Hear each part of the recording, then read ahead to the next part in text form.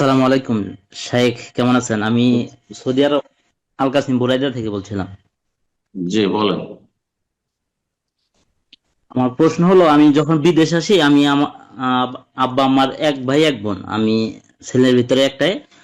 ওনার আমারে টাকা দেয়। এখন আমার পারিবারিক অবস্থা আলহামদুলিল্লাহ খুবই সচ্ছল। হুম। এখন তাদের মানে আমার বাবা মা চলার ক্ষেত্রে যতটুক টাকা লাগে আমি ততটুক দেই। এখন আমার বাবা মা এটা নিয়ে অনেক রাগারাগি করে। আহ, মানে হুম। আমার ইনকামের সব টাকা তারা চায়।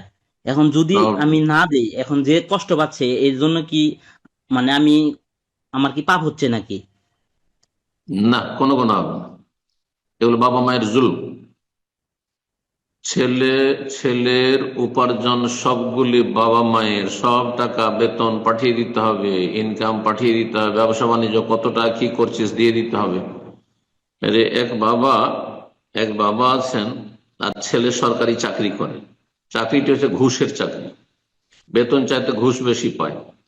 সেই চাকরিজীবী আমাকে বলছে যে আমার আব্বা এমন পর্যন্ত বলছে, তোর বেতন তো এতটা, কিন্তু ঘুষ কত টাকা পাস ওটাও দিতে হবে। আউযুবিল্লাহ। এমন নিকৃষ্ট বাপ মা, আল্লাহ হেদায়েত দান করুন।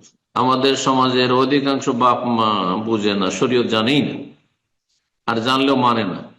মনে করে যে ছেলে যা উপার্জন করবে, আমি যতদিন বেঁচে আছি, আমরা বেঁচে আছি, আমাদের নামে হবে। আর সব ছেলে মেয়েকে সমান করে, মেয়েদেরকে দিবে না, ছেলেদেরকে সব ভাগ করে দিবে। হারাম কাজ করবে। এগুলির কারণে এক শ্রেণীর বাপ মাকে জাহান্নামে যেতে হবে। না, বাবার মায়ের অতটা অধিকার যতটা তাদের খাবার দাবার, সংসার চালানোর জন্য প্রয়োজন, চিকিৎসার জন্য প্রয়োজন। যদি তারা নিজেরাই সচ্ছল থাকে, আর ছেলে যদি কিছু না দেয়, মাঝে মধ্যে হাদিয়া তোহফা দেয়, এতটাই যথেষ্ট। খরচ নাই কিছু তার উপর। কিন্তু বাপ মায়ের যদি অভাব থাকে, প্রয়োজন থাকে, তাহলে সেগুলো পুরা পুরা করা ফরজ। সংসার চালাতে কষ্ট হচ্ছে, চিকিৎসা করাতে পারছে না, অন্য অন্য আরো খরচ আছে, সেই খরচগুলি বহন করতে কষ্ট হচ্ছে, ছেলে মেয়ে মানুষ করতে কষ্ট হচ্ছে, আর এই ছেলে ইনকাম করছে দিচ্ছে না, তখন আরাম জাহান্নামে যাবে সে ছেলে। বোঝা গেছে? দ্বীন ইসলাম হচ্ছে, হ্যাঁ, আল্লাহ রাব্বুল নাজিলকৃত ইনসাফপূর্ণ, সুবিচারপূর্ণ বিধান। জি। এতে লা তাযলিমুনা ওয়া লা তুযলামুন, না বাপ মায়ের উপর জুলম অত্যাচার করবে, তাদের ক্ষেত্রে অবিচার করবে, না ছেলে মেয়েদের অবিচার করবে, অন্যায় করবে। এক শ্রেণীর বাবা মা আমাদের সমাজে জালেম, আর এক শ্রেণীর ছেলে মেয়েরা হচ্ছে জালেম, বাবা মায়ের উপর জুলুম করে থাকে। আল্লাহ হেদায়েত দান করুন। আপনার রোজগার থেকে বাপ মাকে মাঝে মধ্যে হারিয়ে তোহফা দেবেন, যেহেতু তারা সচ্ছল।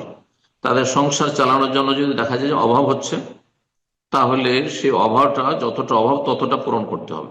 ততটা পূরণ করা আপনার জন্য ফরজ। যদি অভাব না থাকে, তাহলে তখন আপনার জন্য মুস্তাহাব।